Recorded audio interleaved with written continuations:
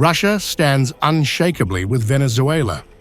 Foreign Minister Sergei Lavrov signals Moscow's commitment to support Caracas and warns against US provocation, calling Venezuela not just an ally, but a strategic partner in a changing world. On the one hand, there is also our relationship with Venezuela, which is a friendly country, a strategic and comprehensive partner, as we recently signed a corresponding agreement to this effect. A treaty that protects sovereignty. Lavrov emphasizes that the new Comprehensive Strategic Partnership Treaty is a framework for military technical cooperation and mutual defense. Signed during President Nicolás Maduro's visit to Moscow, the treaty is now at its final stage of ratification, symbolizing Russia's readiness to act when it enters into force. The treaty I mentioned is a completely new one. It was signed in May during President Nicolás Maduro's participation in events marking the 80th anniversary of victory in the Great Patriotic War in Moscow. It is currently in the final stages of ratification. It's called the Comprehensive Strategic Partnership Treaty. It speaks of the need to continue our cooperation in the security sphere, including military technical cooperation. But the Caribbean is now at a breaking point. The USS Gerald R. Ford, the world's largest aircraft carrier, has entered Latin American waters, part of what Washington calls its war on drugs.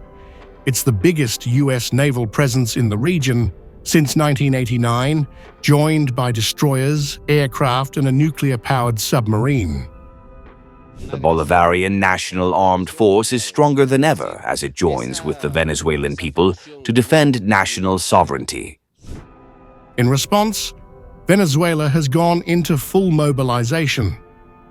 Under Plan Independence 200, over 200,000 soldiers, backed by air, land, river, and missile forces, are carrying out live-fire exercises across Carabobo, Táchira, Zulia, Amazonas, and Bolívar. The message from Caracas: readiness and defiance. But I can't finish my comments on Venezuela without mentioning our position on the unacceptability of the actions taken by the United States, under the pretext of combating drug trafficking, destroying without trial or investigation, and not even just without trial or investigation, without presenting any evidence to anyone, destroying boats they claim are transporting drugs.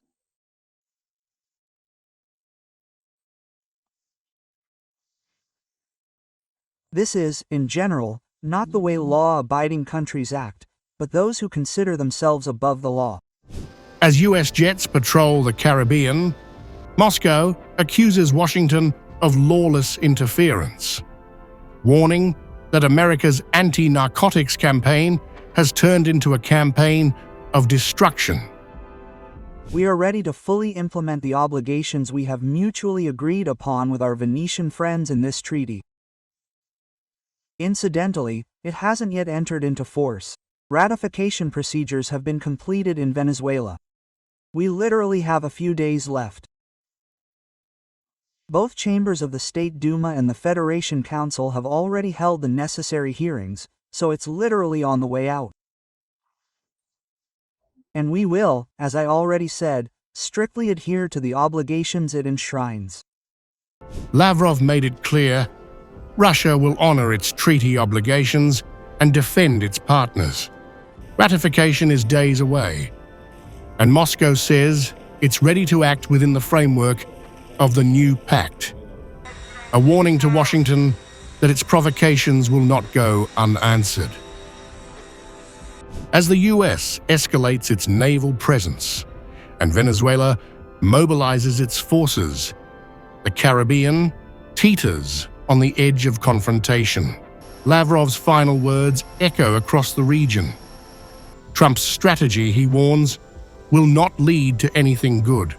Russia stands firm beside Venezuela, determined to defend what it calls true sovereignty, and ready to prove it if Washington crosses the line.